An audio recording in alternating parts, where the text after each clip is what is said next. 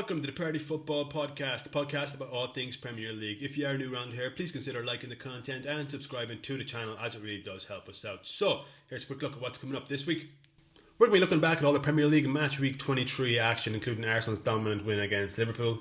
We're going to be looking at all the action from Stamford Bridge as Chelsea suffer yet another Premier League defeat, as well as going to Old Trafford where Manchester United continue their upturn in form.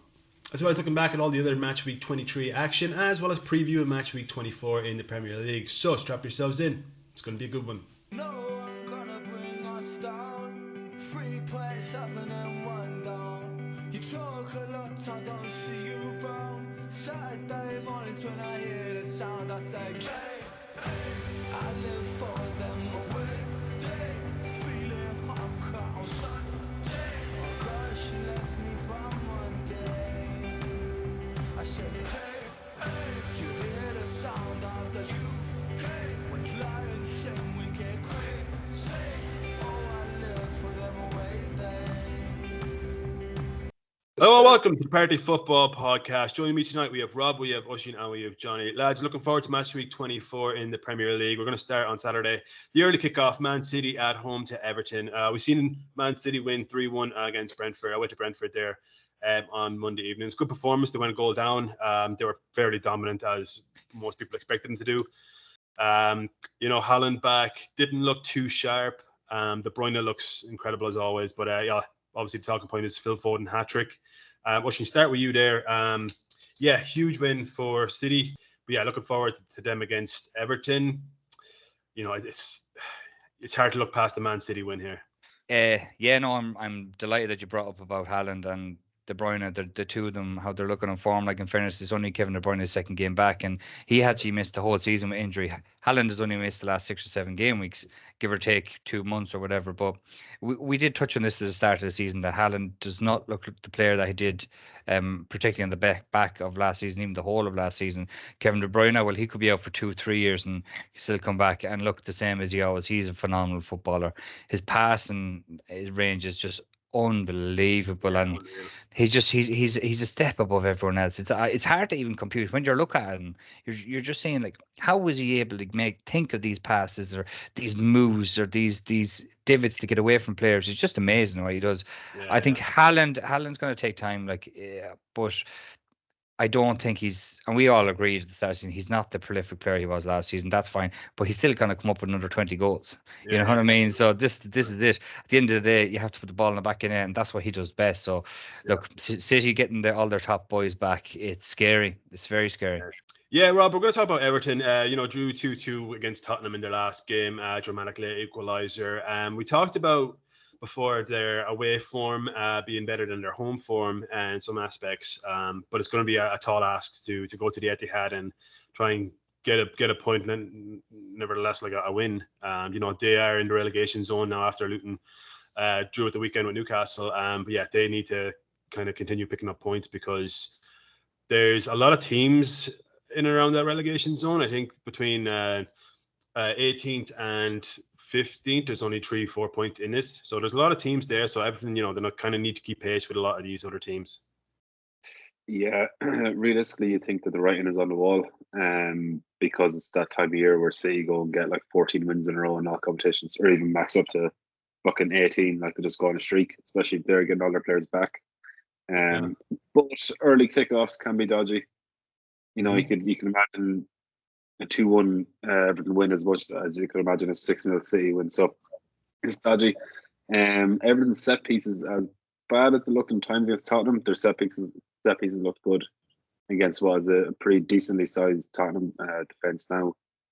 So you never know. Like, there's always a chance, especially with the early kickoffs. But realistically, it's hard to say anything else.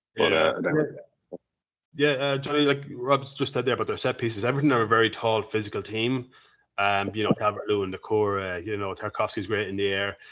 City don't have, as big as a defence as, compared to Everton would say. Diaz is obviously decent size. Kyle Walker's on a smaller size. Nathan Ake is probably on a smaller size as well. So that could be something that, Everton would look to capitalise on maybe. Yeah, absolutely. I think that's another reason why Ruben Diaz, when he was missing earlier in the season, City are so almost weak down the middle because he's that pillar in the middle of the park. He has that physicality that they need. Now, Kanji and Ake, they are more than physical enough, I would say, to deal with any threat. Along with Diaz, but I would say, yeah, Diaz is the main force there in that team that really adds that bit extra to them, that steel that they need. But you would be expecting that if Everton are going to win this game, it has to be physical. They can't allow City to get into any sort of flow. It has to be physical, and even if it takes a couple of set plays, that's what they need to do. Touch on Phil Foden quickly there as well. What a performance by him. He's so much more better on the left than in the middle or on the right hand side.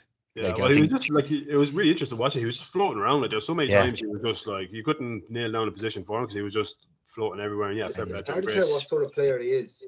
Yeah. Yeah. But you know, he's like a typical wide player for Pep. Grealish, he's created that. Or Grealish, not that he's anywhere near the player Messi is, but Messi was the same out wide, bringing it in around the centre, very free flowing. Pep likes that sort of winger. And Foden season growing is that sort of player. Yeah, absolutely. Yeah, so I think we'll just move on. Predictions. I should start with you. I'd be City win fairly comfortable, 3 or 4 goals. Rob? Yeah, it's hard to say no. I'd like to just for the United. Actually, no, fuck it. 2-1 Everton. 2-1 Everton. Johnny? I say 3-1 City. 3-1 City. Yeah, I'm probably going to see a City win. You know, we like to see City drop points, but just as when you think, you know, they think like, oh, they're losing a game, but then, you know, just a matter of time. Because once they get 1, they'll get probably 2, 3, maybe 4. All right, moving on then. Craven Cottage, Fulham against Bournemouth. 2 teams, one above the other. A win here for Fulham would see them leapfrog Bournemouth and go within 2 points of Chelsea in 11th. You know, I don't want to talk about Fulham too much. We talked about them quite often. But yeah, they're another team now that are kind of just struggling to, you know, keep going. It's just really hard to see where they improve or how they improve and like that. You know, they signed Armando Broja from Chelsea. Johnny, we'll start with you there. We talked about Raul Jimenez not being the prolific goal scorer maybe can be. But I think Armando Broja can get in there and start banging in goals. I like Broja. I think he's quite a good striker. I think he's got caught with not being able to play consistently. Yeah. So I think he's a pretty good signing on loan as well. It seems like a good Fulham signing. Yeah, exactly. And if you were looking around and said, geez, last week we thought, well, who did it get? I think Broja is as good a signing as they could have got. He's played in the league. He has looked okay at times. He's got some goals for Chelsea in a team that don't really like scoring goals. Yeah. So I think Broja's a good get for them. And he might just rejuvenate them a small bit. Yeah. They're a team that, like, look, they can pull the result out of the bag, but they just need a figurehead up front. Raul Jimenez isn't doing it. Although he went on a fantastic run before Christmas, he's died down fairly handily then. Yeah, definitely. I think he's out injured now for a little bit as well. He's gonna get, yes. Yeah, because they drew away 2-2 with Burnley there. Great result for Burnley. They were 2-0 up, I think. So yeah, Rob, touching on Bournemouth real quick, we saw them draw against Nottingham Forest on Sunday. They were had a man sent off, but yeah, this whole resurgence for Bournemouth has been pretty incredible the last couple of weeks. Obviously, it's kind of hit a bit of a wall. They lost pretty well to Liverpool 4-0, and then a home game against Nottingham Forest that you think they probably would have won. And they went away to West Ham there last week as well and got a point out of that game, which was a fucking terrible game in itself. But they kind of have slowed that progress a little bit. They have, but understandably so. After we were bashing them for the first few episodes of the podcast of the season, and rightfully so because they were dog shit. But then they finally found their form. Understandable they can't keep up that pace of just by everybody. But that Liverpool loss, that was only really a really good Liverpool second half. Yeah, first half, almost. Draw against West Ham, not the worst point in the world. In that, as well as their FA Cup win, where they won 5-0 while they were 5-0 up at half time. Yeah. But yeah, getting the results that they did and the form that they were on, the draw to Forest is a bit rough, but yeah. I should touch really quickly on Dominic Solanke. 13 goals, 1 assist in 22 games. He's having a fucking banging season. Yeah, he's having a serious season. I mean, I think he's better than Bournemouth, but I don't think he's any better than higher mid-table. He's doing well in a team that has been he did fairly poor start to the season. He got a few goals when Bournemouth were doing bad. When Bournemouth were performing, then he was getting more goals. So he needed a good team around him to get his performances up. There's no denying that. It's an interesting one because he got a goal or two, I think, against Fulham, which was Bournemouth's last win in the league 5 games ago when they won 3-0 at home to Fulham. So he obviously likes playing against Fulham. So look, I actually like him, but I don't see him at any top 6 team, to be Yeah, he honest with you. doesn't have a But particularly high. no, but he's a good player. He is a Good, very good strong player. physical player. Yeah, Yeah, he you gets can't take about. anything He else. does his role. Like, he holds up play very well. He's very well on a quick shot. So look, I like him. He's a decent player. He's a good future ahead of him. I could be proven wrong. He could end up at the top 6 club somewhere down the line, but I just don't see it just yet. Yeah. Right. Prediction. So, Oisin, start with you. I'm going to go for Bournemouth to win. I'll say this will be closer than the home, but 2-1 Bournemouth. Rob. I think it'll be a draw game. I think there'll be goals 2-2. Johnny. Yeah, I agree. I think goals and I think a draw 2-2. Yeah, I was gonna say 2-2 as well. So yeah.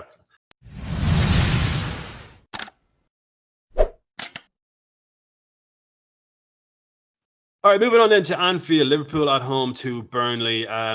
Johnny, starting with you here. We've seen Liverpool got absolutely dominated there on Sunday against away to Arsenal, and ultimately lost 3-1. This is a good game for them to just bounce back, get a couple of goals under the belt, and keep going.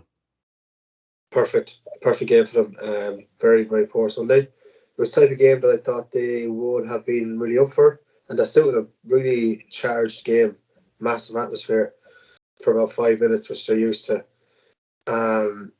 So yeah, the very strange performance. Although they haven't been playing very well all season, they've been getting away with it. They didn't get away with it Sunday. Arsenal were outstanding. So this is a perfect game. It's come at the right time. Starting Nunes, I'm not sure why he didn't start Nunes the last day. He was proven wrong. So again, Nunes in the starting team. And I can't see anything other than Liverpool bouncing back this weekend. Yeah, Oisin, we've seen the first half for Burnley against Man City last week. They played pretty decent football. They weren't too bad. They were defensively solid. Ultimately, they lost 3-1. But yeah, I just can't see, and then at the weekend, they did well to come back against Fulham and rescue a point. But again, you just can't see, leaving Anfield with anything. No, and Liverpool are going to be hurting after that game because that is one of the few title challengers to Liverpool. So the Klopp will be hurting big time. So I don't know what the story is with the Nunes decision, because that really did baffle me, as you said. I think after whoever they played last week, he did leave in a protective boot. I didn't see that now. Yeah, I read about that last week. Yeah, did, but obviously it was just a little precaution. But he came on, he was fine. Now he's still. Yeah. Well, look, if that is the case, then so be it. But I think if he's well enough to come on at the end of the Arsenal game, he's well enough to start this one clearly. So I think he'll be starting on the left again, where he has been fairly, I wouldn't say prolific, but he's been effective there. He's getting a few assists. He popped up with a goal, hit the post 4 times there, game before last. So he is effective on that left-hand side. So maybe that suits him for the moment, especially with Jota up front, Diaz on the right. I don't know what Salah's story is yet. They're for a couple of weeks still. Yeah, so I think him coming on, he'll definitely get on the score sheet. He'll be hurting as well, whether he's in a protected boot or not. He'll have wanted to have played more minutes, and he'll want to have done some damage against Arsenal. So look, I think Liverpool have a point to prove now, that they're still in this title race, and no better, like, with all no respect or no disrespect, but not that I give a shy about Burnley. They're a nothing team in this Premier League this season. I don't care who they came up, who they rescued a point against the last time. They're going down. I'd say in the next month you'll see them going down, and tomorrow or Saturday's game will prove that. Rob, just touching quickly on Alisson and Van Dijk performance against Arsenal. It was pretty embarrassing for them. That second goal was just abysmal. It was just a totally embarrassing goal to concede. I don't think Alisson should have been anywhere near coming out for that ball.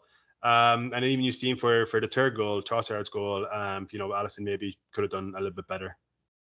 Van Dijk's aura was nowhere to be seen at the Emirates, which is strange. Usually it's musking around the place.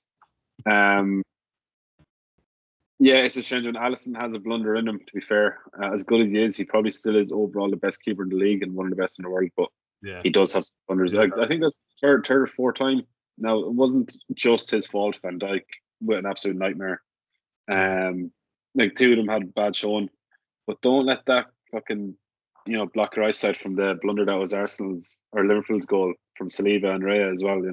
Yeah, that was So pretty bad. That's also true. There's 2 I did calamities. say in Yeah. the group that Saliba has cost 2 goals in the last 2 games, but he's still the best defenders in the league. one of the best defenders. Obviously, You're lucky, but how many players make mistakes? Like was he against Brentford?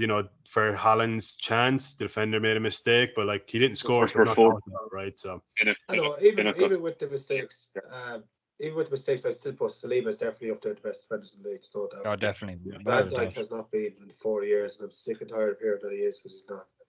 Yeah, people are going on that he's only been dribbled past a couple of times a season. Again, but he doesn't. It's been proven that he doesn't go attack. He doesn't approach the attacker.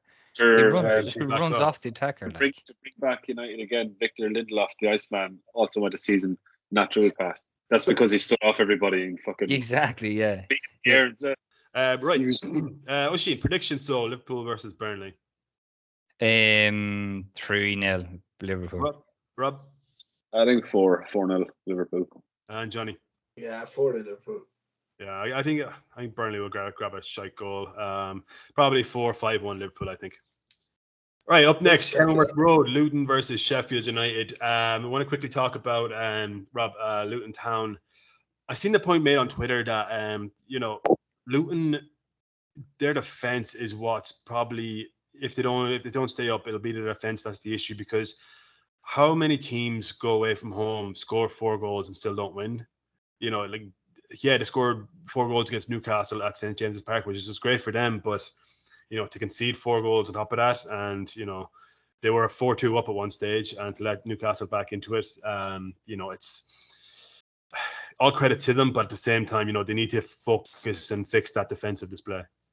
Yeah, it's a bit of a problem, but it's a tough one, because with a place like St. James's Park, with how physical Newcastle play now, it is tough to put up a performance for 90 minutes. Any big team will tell you it's a tough place to go. City at 1-0, it was an easy game for them. United got walked around like fucking dog on a leash for 90 minutes. So the fact that Luton put up them for about 65 minutes was good, but you could see it's one thing to say that their defense let them down, but their attackers got very leggy and the ball just kept coming back at them. So it goes kind of hand in hand with each other. It's not as if the attackers were keeping the ball up and there was Newcastle counterattacks to score. Credit to them though, going to St. James's Park and scoring 4 is great. Lovely to see Newcastle drop points like that, but pity didn't get the 3 points. So because they've been really fun to watch. Luton.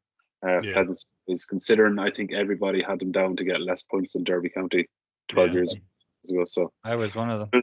Very well. Johnny, real quickly on Rob, speaking of the lowest point tally in the league, Sheffield United are looking maybe odds-on favourites to beat that.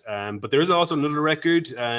1994-1995 season, Swindon Towns conceded 100 goals in the Premier League. Well, the English league at the time. Sheffield have already conceded 59, so 42 more goals essentially. 41, and they'll match it 42, and they'll, with 16 games to go, 15 for them, I think it actually is. So 15 games, concede 3 games, 3 goals a game. They could beat that record. Yeah, Sheffield are a team we all thought Luton were, to be honest. Yeah, that's so true. Really bad. Like, it's shocking. Like, you can't. Their players they just have no real fight. They have no real ideas. They're very, very bad. I don't know. Is there anything you could say about them positive? Like, just. I think the only positive they have is Brereton Diaz for them. He's been very good since he come in. He's only just come in the last 3 games. Yes, exactly. So they're going back down. And sometimes we say with teams, it's great to go up, and if you go back down, you go back down stronger. They have been demolished this season, that they could go down much, much worse. Yeah, like they're a championship team. Back so much that it could have been an awful thing coming up for them. I know that sounds a weird thing to say, but we have seen it happen where a team can come up and they just get dismantled week in, week out. It must be very tough to be a player and a fan there at the moment. But I was speaking to a couple of fans on YouTube, and they were saying, I was asking what the goal was, and they were just like, beat that low points record, don't concede more than 100 goals. Like they're already, the ones I was talking to are already convinced that they're already prepared for life in the championship next season. Yeah, and you don't want to leave that legacy Because like we all still speak about that Derby team. And Yeah. we probably maybe none of us can really name many players on it, but you don't want to be that team. Yeah, you don't Anything want above it, people will forget. You know, it might Yeah. come up and pass and how bad they were, but people will forget. If Yeah. you're the worst that's ever been, you're not leaving that behind you. Absolutely. Right. Predictions, Ushin.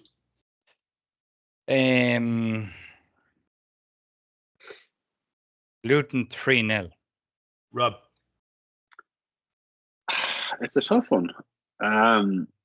Luton. The reason why Luton aren't doing better is because they drop off on games they should win. It's So true, actually. maybe go towards a Sheffield fucking 2 winner, and we'll see their attempted survival. I want to change mine because only I'm thinking as well. Like Luton always concede. They always concede. So I'm Always going to change concede, mine. I'm going to change mine to 3. No, I'm going to keep it 3-1.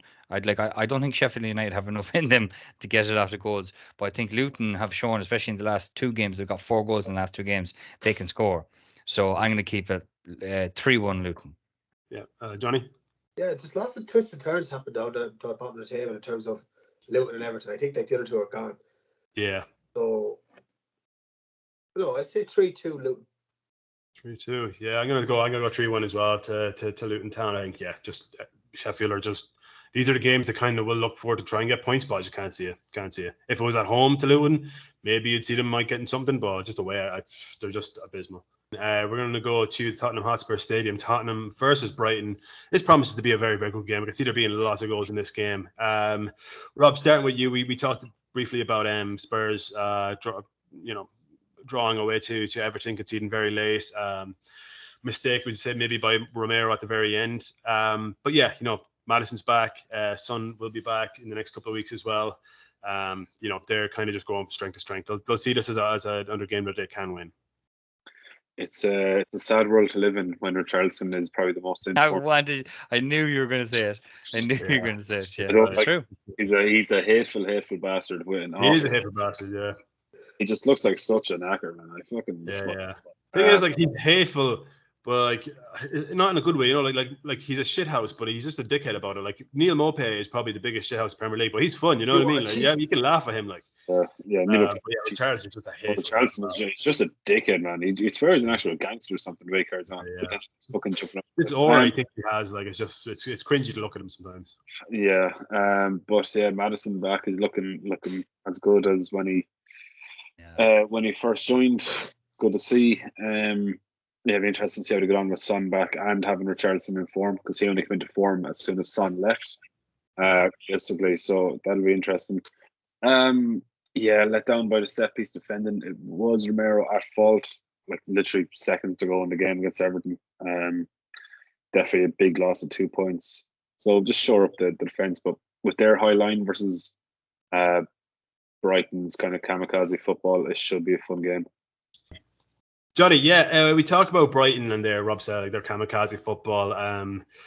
Spurs under Ange like the press really high, and that might play into Brighton's hands if they can get their passing from the back done properly and not make mistakes, which they've made quite a few of this season. They can catch. They're a very fast team on the counter-attack. So that might stand to them. That could be their only way of, maybe getting at the Spurs team.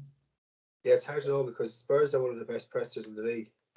And Brighton has shown, even if you don't press, they'll give you the ball high up the field. They're so anti-press resistant. Yeah, anything you want you said it right the first time. That way, they don't have it. They don't have it at all. Brighton won one. Brighton hammered them 4-1, wasn't it? The couple only started turn of the year. Brighton get them Spurs a hammer. So they have shown that they have that Spurs team's number, that we have seen that the Spurs seem to play a suitable way that gets the best out of Brighton. So it'll be very interesting to see if Ange makes any changes, because they can't surely approach it the same way after, because like I said, they got spanked. That's only a couple of weeks ago that happened. So it's a very, very interesting game to see obviously I imagine Brighton will approach it exactly the same way. Why wouldn't they? Very interesting to see Ange, how he and the backroom staff, how they have a look and how they decide how to approach it. Do you go the same way, or do you have to make a change? Yeah. Oisin, quickly now on Brighton. You touched on it. They only won, I think it was 3 games in the last 16, something like that. But they're still hanging around. They're 8th in the league. They're 9 points off Europe, top 5, we'll say. But they're still in the hunt for European places. They are kind of hanging around. Yeah, and I think there's plenty of draws. Other teams around them not doing as well as the first thought. But look, I think Brighton are a decent team. They're still a decent team rather. They haven't replaced the loss of Caicedo and McAllister, even though only one out of those two are doing half decent for their new respective clubs. But this is going to be. I think this game is going to have huge scoreboard. I like. This is going to be all-out attack, as Johnny said. The last loss that Spurs had in the league was against Brighton at home. Well, away rather. So Brighton do have it in them to get this result. Now, Spurs have had a lot of their players back now. They were missing Van der Ven. They were missing Romero was suspended. Exactly. Madison wasn't playing. Benton, yeah, exactly. And Johnson came off injured that game. Kulusevski wasn't in form that game. So this is a different Spurs team. But I still think this is going to be an all-out attack. I actually think this could be one of the games of the weekend for sure. Well, let's go on predictions though. Start with yourself. I'm going to say 5-3 Spurs. Interesting, Rob. You know what? 5-3 is the most attractive looking scoreline. It is. You know what? I can see it happening as well. Dirty Nelly coming now. For sure. I'll be a bit more subtle with it. I think 3-1 Spurs. Johnny?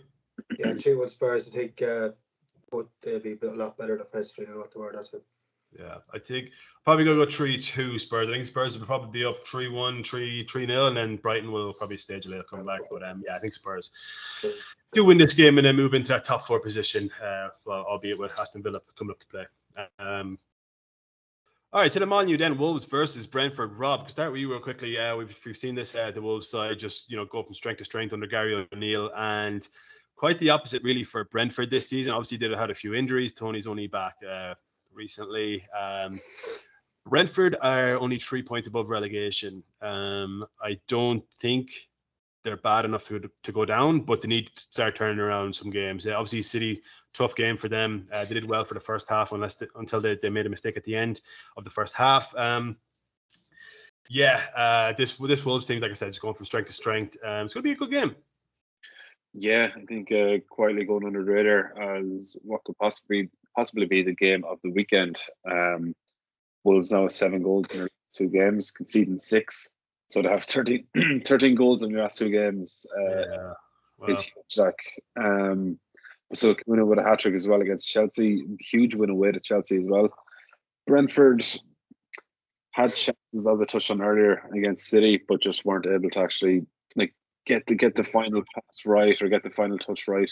The focus on Tony is just huge for them. You can see every time you get the ball, even if he's not in the best area, they want to give him the ball, which is fair. It's going to be a very interesting game between Brentford's 3/5 at the back versus Wolves' almost all-out attack. Just sprint for everywhere nearly. It's very enjoyable to watch. Yeah, Cunha finally hitting form. I never really thought he was that great of a player at the start of the season. He was just missing awful chances and jump and miss the ball. He wasn't even missing the goals. He was missing the ball and everything. So if he's a bit of form, it's actually fun to watch. Yeah, Rob touched on it. Yeah, the last 2 games. Obviously, they just missed out on a point against Man United last week, and then obviously, Cunha hat-trick against Chelsea. Good win for them. But yeah, like Rob said, scoring that many, scoring 8 and conceding 6, or sorry, scoring 7, conceding 6. You can't keep doing that in the Premier League. It's great viewing for neutrals, but you need to have one or the other. Agreed. Agreed. But look, this is the game that we play. The Wolves. It's either going to be plenty of goals and plenty of goals scored and plenty of goals conceded, or fuck all of either way. It's one or the other with them. They get a 1-0 loss or 1-0 win, or they're going to lose or win 4-3. That's just the way they're going to have to play. They are doing really well. I have to say, like, I agree with Rob. Cunha was another, like, it was waste of fucking space at the start of the season. The only player that they had anything decent about them was Pedro Neto. Cunha's now shown, and Huang. He's playing form up. Sarabia is playing well now on the right hand side. I'm pretty sure Neto was up front or played as a false nine that last game against Chelsea, and it seemed to work. So they are hitting form. This Brentford team has a lot to prove. After their last result against City, Tony didn't have a great game against it. He was in and about it, but he didn't have a great game. So he influential. But he'll do well against this defense. Like this, I know they have three at the back: the Gomez, Totti, Dawson, and Collins. Collins is with Brentford now. Yeah, Brentford. Yeah, sorry, thinking of Wolves. Yeah, the other way around. But they don't defend as a collective as a three at the back. It usually is one step forwards and the other step back. Tony will like that because typically it's always been Dawson that takes that few steps up into the defensive midfield region and let the other two boys stay back. That'll give space for Tony in the middle. So I don't expect it to be a very high scoring game, this one in particular, but I definitely see a fairly decent battle. Very counter-attacking game, I think this is going to end up being. Yeah. Johnny, really quickly on Wolves. They're down in 10th place, only a point behind Newcastle, 3 behind Brighton. What do you think is the goal for the rest of the season for them? Push for Europe. Why not? If you look at the teams between 10th and 6th, none of them have shown any real consistency at all. I think the team who can put together the best run in terms of who can put together a run of 5-6 games and won in a row will get that there. So why not go for it? This is the best chance they're going to have of maybe sneaking into a Europa League or Conference League. Definitely the best chance they have. Because you won't get another season as many of the bigger teams or the so-called bigger teams being off. Newcastle runner off, of course, Man United, Chelsea gone on. Brighton are kind of falling off. And it's not documented enough as well. Wolves as well had to deal with selling a lot of their players to coincide with FFP. They just had seven players. A little mini rebuild there. Yeah, exactly. Well, they didn't have a rebuild. They only signed 2 players. They sold 7 and some of their top players with the likes of Collins and your man who Portugal went to Dubai, and I know that Jimenez went to Fulham and Nunez to City. So they sold a lot of players to coincide with FFP, and Lopetegui left for the reason that Wolves weren't buying anyone because they had to deal with FFP. Gary Neal has come in. He's completely changed the scape of their style of football, and it's really working. They are reaping the benefits. They're not going to win every game, but for the most part, like as you said there, like the unlucky in the 2 games against United not to come out with a result in the both games. So it's all kind of it's one of those things. So this will be a good game. Definitely. All right, predictions, Collins. I'm going to say 2-1 Wolves. Rob? I'm going to say 1-1, but I think it's going to be a really, really enjoyable game. Johnny? Yeah, 1-1. Yeah, I'm probably going to go. I'd like to see Brentford start picking up points, but I still obviously see Wolves do pretty well. So I'm going to say probably 2-1 Wolves.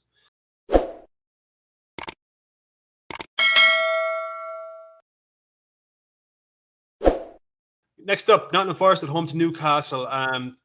Rob, start with you real quickly. We've seen obviously Newcastle at home to Luton concede 4, but score 4 themselves. There's just I don't know what was wrong with them. They're just so off the pace. They need to bounce back. Yeah, Forest Newcastle, dodgy all fucking season, to be honest.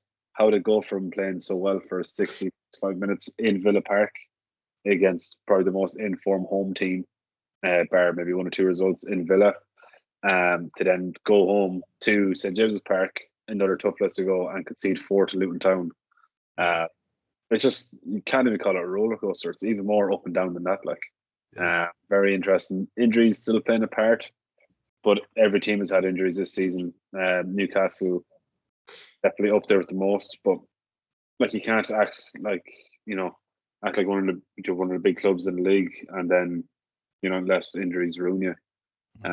Especially when it's the smaller clubs that you're tripping up against. Fair enough if it was one of the big 4 or big 6, but the fact it was fucking Luton Town coming and going up 4 and you just about scrape a draw in the end is pretty embarrassing. Yeah, Johnny, touching on Newcastle real quickly. Yeah, 1 win in their last 5 Premier League games. They are in danger of really kind of sliding down the table. We talked about like that, kind of 6th to 11th, 12th place. There's only a couple of points in it, so they could find themselves 11th by the end of the day. Yeah, it's quite crazy to think, but it just goes to show this has been quite a crazy season. That mid table, like you said, from 6th to 11th, none of them teams could put anything together. Yeah. You can't trust each of the teams, like the run Newcastle are currently on. You can see any of them. You pick out any of them and say, oh yeah, they won 1 in the last 5 or whatever it is. They're like, yeah, that seems about right. Each of them teams, for whatever reason, you've had your top 3 teams, you've had your bottom 2 teams. Everyone in between has been really up and down all season long. It's been quite a strange season. Yeah. Oisin, real quickly now on Nottingham Forest. Again, 1 win in their last 5, 2 points above relegation. They need to start getting results now as well. Yeah, they're still fucking buying the players in January or getting players in January. Yeah. Blows my fucking mind. It's I was actually, I liked them a lot last season, but this season, even watching them is pissing me off because they're so pragmatic. It's not even funny, or unpragmatic rather. It's not even funny in times. When Elanga and Gibbs White and all that was on forms, and Ionawi at the start of the season, like they were very entertaining to watch, but they've kind of gone back a bit now. Now Ionawi's back, and he will cause problem for that Newcastle defence. He's big, imposing. He's combative striker. He's a great player. I love him. Arsenal caused mayhem. Got a goal, and he got a goal. Got his goal. So I think I forgot as well. Sorry to interrupt. In the reverse lecture, Chris Wood scored a hat-trick. I was just going to say. Literally forgot about it. Well, sorry. I was just going to say, and on top of that, of course, like Chris Wood, they have the mental momentum on them that they've recently beaten them. So and that was away. So Newcastle haven't had too many players back. I think Harvey Barnes is back now. I think Wilson played the last day. Yeah, that's grand. But Nottingham Forest have kept the same players. So I think this will be an okay game. But I actually think. Again, not that I don't like Nottingham Forest this season, same with Newcastle, but I think Forest are going to win this. Something tells me that they're going to get a sneaky win out of this one. All right, well, go on with that. What's predictions? I think it'd be dogged, but I think it'd be 1-0. 1-0 to Forest. Rob? Yeah. I'm going to go 2-0 Forest. And they're going to score early and score late. Johnny? I take 2-1 Newcastle. 2-1 Newcastle. Yeah, I think City Ground is a very, very tough place to go.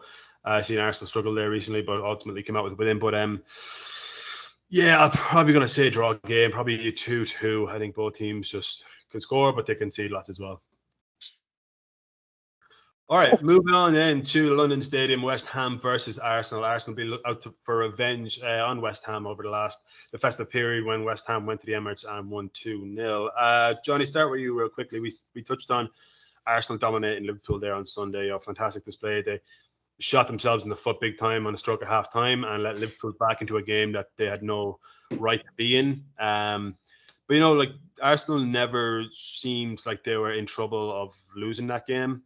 They ultimately got a lucky goal themselves, fair enough. But like Liverpool just they had one shot on target. Arsenal's defense, yes, can shoot themselves in the foot. We've seen the last 2 games they conceded. It's been from their own mistakes. Even against West Ham, there was another mistake for the Bowen goal, which let them in. So Arsenal is one of the best defenses in the league. But yeah, they need to kind of win this game because 2 easy games Liverpool have an easy game. City have a game that they probably will win, so they need to keep pace with them.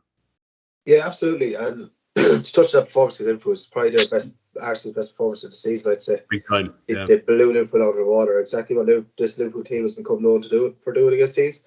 They hit them hard and early, took complete control.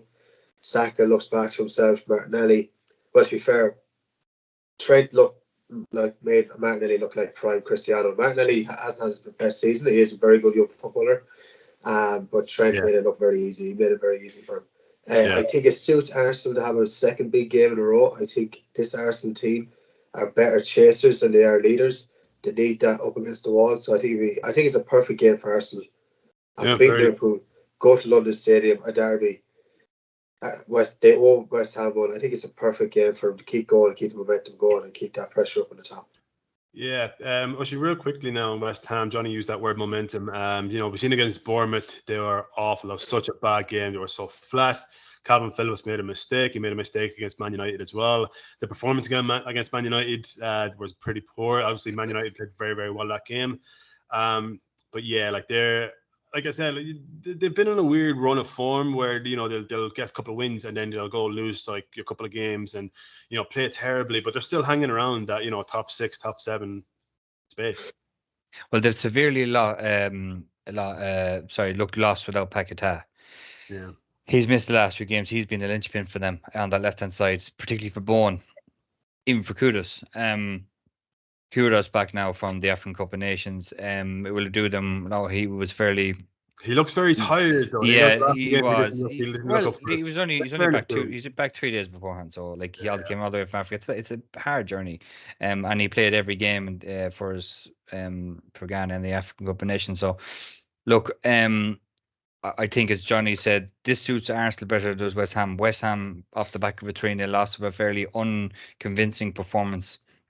Kind of nothing good performance on West Ham standard. Like Arsenal or United were very good, but more not even the fact that United were good. West Ham just looked poor. They looked tired, lethargic. They looked like they had no ideas. Arsenal just came out like when you were talking, I was just thinking of the Arsenal performance, and I was just thinking like, Jesus, they looked unbelievable against Liverpool. If they have that performance in the first half against West Ham, they're going to absolutely blow them out of the water. So what West Ham will have to do is they'll have to hit them quick and hard, because the Arsenal defence has been very shaky. Zinchenko has been shaky. Saliba's made a few mistakes. Gabriel's gotten mixed up once or twice. Ben White has actually been okay. He's probably been the standout performer in that backline. So if they get Bowen in behind early or something like that, they need to hit Arsenal fairly relatively quickly. First 10, 15 minutes, keep them pegged back a bit. But yeah, I just, on the back of the last performances of both teams, like it just really goes towards an Arsenal dominant win, whether it be a 1-0 or fucking 6-0. It's going to be a fairly dominant display by Arsenal. But Premier League, you never know. Rob, we mentioned we were talking before about that having that mental edge on an opponent that you just beat.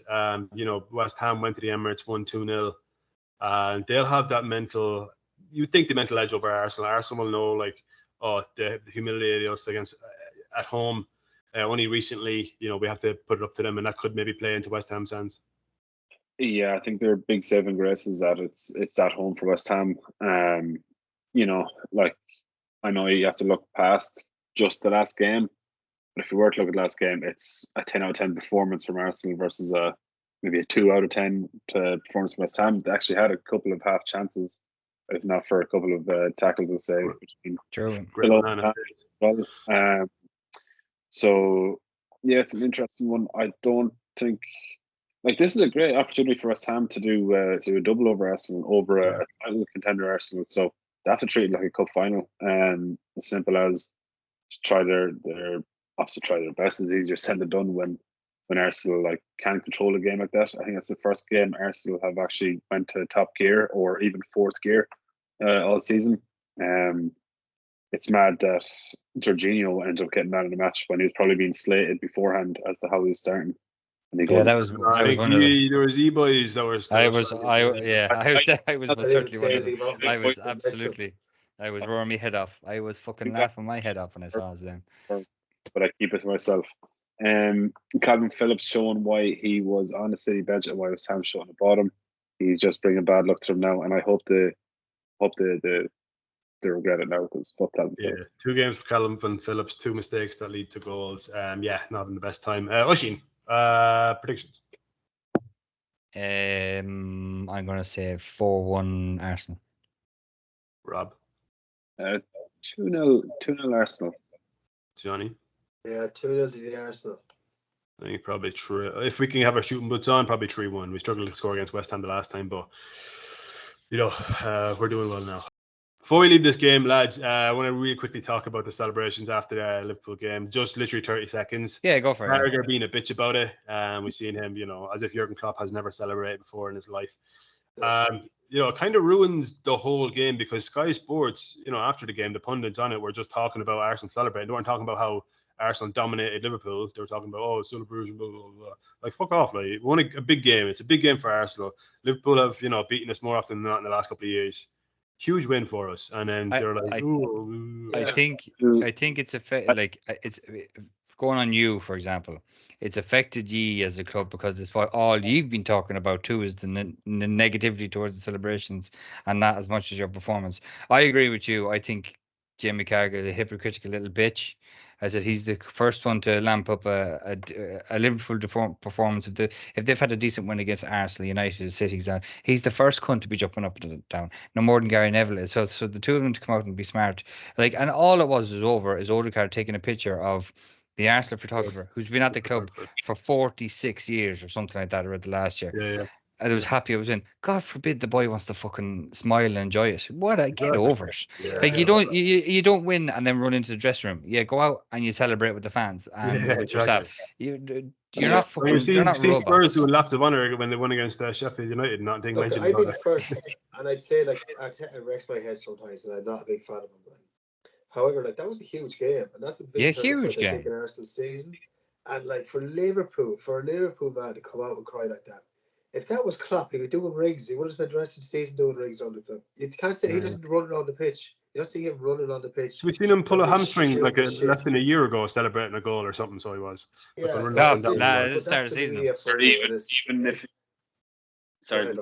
even looking back from remember their draw with Everton, and the shitty goal at the end, and they all went fucking on as if they literally won a cup final. Like I agree with the guys. I think we all wanted to jump in when you were talking about that. It's just stupidity. Like, of course you're going to celebrate. Like I don't like Arsenal. I don't like Arteta. He probably goes a bit too over the top a lot of the time. But obviously there's a big vendetta against Arsenal from Sky Sports because he's dead right to celebrate the way he did. And I hope to fucking God if Arsenal beat West Ham to do the exact same thing again. Yeah, same. But it's not even that it's anti-Arsenal. I keep doing it. It's very pro-Liverpool. Sky Sports is very pro-Liverpool. Yeah, Sky Sports love Liverpool. Yeah. Sure, and they do. Now with Klopp Yeah, absolutely. As well, like, sure, how many times you see Klopp will win to a game and he's over at the fucking fans doing this fucking shit, you know? It's yeah. It's not, like, you can't win. All right, we can keep talking about that all day. It'll get me angry. All right, so we'll move on. A huge game at Villa Park. Villa at home to Manchester United. Rob, start with you real quickly since you're in the United jersey. We've seen the last two games United have pulled out pretty impressive wins. They've been, obviously you can see the 3 against Wolves, but, we've seen them on you before. It's a tough place for teams to go. United put 4 on top of Wolves. The penalty decision changed a lot of the momentum, I guess. But then, another dominant display then against West Ham. United need to go to Villa Park and keep the performance levels high. We've seen Newcastle go to Villa Park recently, win 3-1. This can be a game that United can really, go out and like make an intent for the next couple of games, the next couple of months in the league. Just, go out, put in a really solid performance, really push for our top 4. Yeah, I've seen a lot of stuff online over the last 2 days. I know a lot of it has been kind of messing as well, but a lot of it being people being honest with them, like, oh, this is United, they're finally coming back, and it's like, I don't believe that for a second. I think this game is the game that'll show it.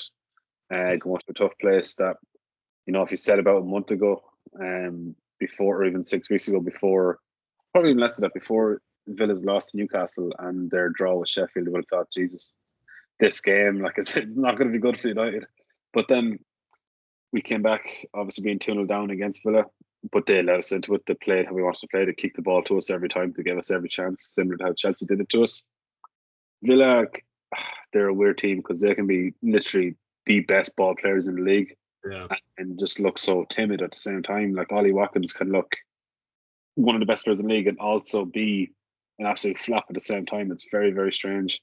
The biggest thing for United, though, is obviously the counter-attack, but to lose the Sandro Martinez the way we did, such a downer from the last. Yeah, huge loss. Like United finally got these players back, and obviously Casemiro is back. Martinez was a huge boost for you. He's going to be out for a couple of months again. Huge loss at the wrong time.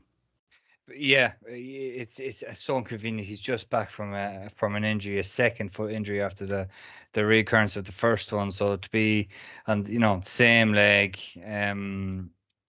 a freak accident. Like you can't really blame Kufal. It was a freak accident, but it's unlucky. But the momentum was with United there now. They have to build on it. They like he's injured. They have to accept it. They have to move on. I can imagine what's going to happen is Luke Shaw is going to drift into the left centre back and probably have Dalot at the left. And I don't know if Wan-Bissaka is back, but if not, it'll probably have to be Lindelof.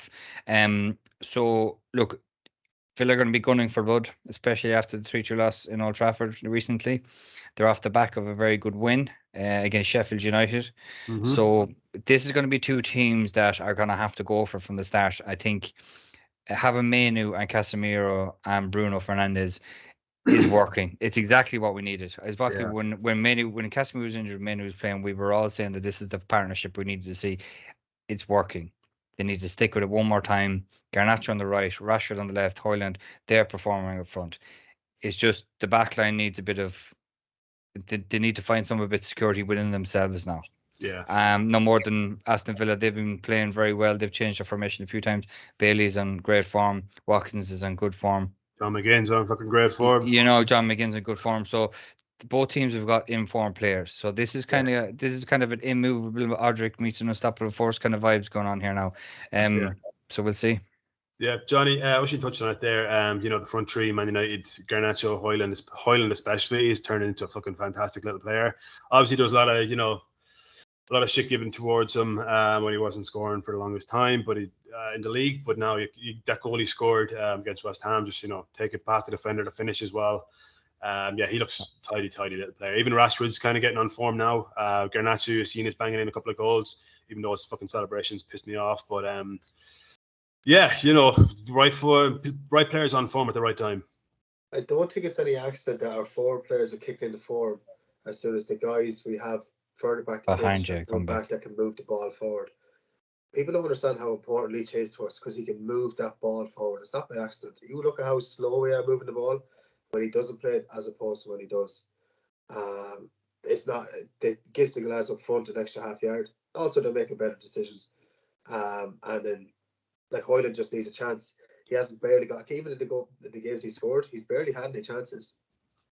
So he's fantastic. You give him the ball, he'll score. Rashford looks much better, looks driven and hungry. That's one thing he's lacked all season. We can take. Maybe that night out in Belfast was all for the best. Yeah, I'm going to buy him. Yeah, buy him his next flight over.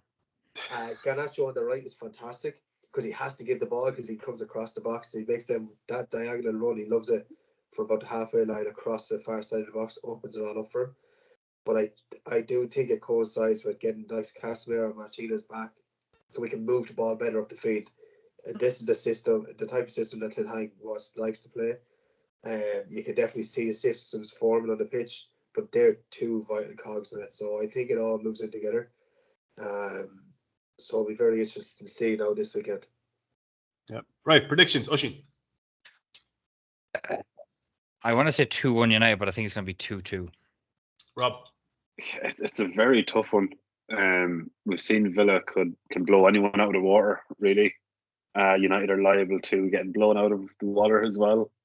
But it's just a pity without the Sandro Martinez. But I'm still going to back United and say 2-1. 2-1. Johnny? 2-0 United. 2-0 United, Jesus. This could go either way. It could be like a 3-0 Villa, it could be 2-1 United. I'm going to go play it safe, be a draw. Probably a high scoring draw. Probably a 2-2 or 3-3 I'm going to go with. All right, last up, Selhurst Park, Palace against Chelsea. Lads, this could be the battle of the sacked managers. Who knows? Poch is on really, really thin ice. A stat here I want to bring up compared to Graham Potter at Chelsea. They both played 23 games. Potter had 32 points after those games, and Poch is 31. So under 31, Chelsea were in 10th. They're in 11th with Poch. If they don't win this game, I think he's out the door.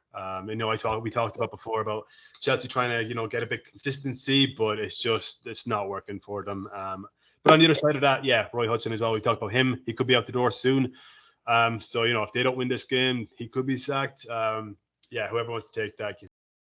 Win this game, I don't see Roy getting sacked. You can't sack him off Palace losing to Chelsea. no matter where Chelsea are, you can't sack him off. I know it might be an aggregation. I just read a report earlier on the Athletic, talking about how Chelsea board, they were building this squad to challenge for league for when Pep goes and Klopp goes. I mean, they're worse. They're even further off it than what they were when them two teams are at their very best. Never mind now when they're probably not at their peak. Is that I didn't read that. You must send me that report because I'm mad to read that because that's sort of Yeah, it's on the Athletic there. because that's the it's not biggest load of shite I've ever heard. We're building a team because the two managers go, not considering that those two managers have fucking world-class players on their team. Like, fuck me. That just shows you how dumb Todd Bowley is. Todd Like, Bowley, fucking you know, racing Dud Bowley is what I heard him called today on Talksport. Dud Bowley. Quickly now, Rob, anything to add on Chelsea? And I think you all laughed at me when I said for the first few episodes of the podcast about Chelsea being in the relegation zone. They're not that far away. Oh no, I didn't. I thought it was fucking only right for on, yeah. like Brentford just aren't performing. Palace, obviously there's still 9 teams below them, but like all it takes is 3 or 4 to actually get a win or 2 wins. And then Chelsea are scraping it. Like the fact that they're heavy likely to get a bottom half finish is shocking. What's spending so much money? It's hard to say it's not a P's and C. Like very, very happy that's happening. What are the odds? Obviously, yeah, Chelsea cannot afford to let Poch go. They literally can't afford it. Yeah. So what's I it? don't, yeah. Well, I don't know. What is the odds on Fat Frank coming back in again? I don't see it. I don't even think Frank would do it. Yeah, I don't know. Let's see, it'd be so stupid. It'd be just like Frank Lampard lost 10 games in a row for them last year. He won't go back to that. But I see your point. They might do something like a John Terry though. Yeah. Like that would be any better. Villa. Is he a coach there? No, he left. Yeah. Oh, he left, didn't he? He left, didn't he? Yeah. Yeah, right, lads. Predictions. Oshin. Not that we talked much about the game at all, but I'm going to say, who's at home? Is it Palace? Palace at home, yeah. I think they need a win. I think it's going to be them. I think it'll be 1-0, 2-1, Palace. Rob? You said at the start of this game, Battle of the something. I don't know what it was, so I'm just going to call it Battle of the Bastards. I'm going to go 2-0. Battle of the potential relegated managers. Sack managers. Yeah. Battle of the Bastards. 2-0 Palace. Battle of the Sacks. 2-1 Chelsea. 2-1 Chelsea, it says. I'll probably go. I don't know. I think it'll be a draw game. I'd like to see Chelsea lose, but I just think Palace are equally as bad. So, all right, so that's going to do it for us here on the Party Football Podcast. Oshin, Rob, and Johnny, thank you so much for your input tonight. Do let us know down in the comments your thoughts and predictions for match week 24 of the Premier League. Do also follow us on TikTok, Instagram, Facebook, and Twitter, and please do subscribe to the channel as well. It'll really help us out. Lads, see you all back here next week for another episode of the Party Football Podcast. I said, hey, hey.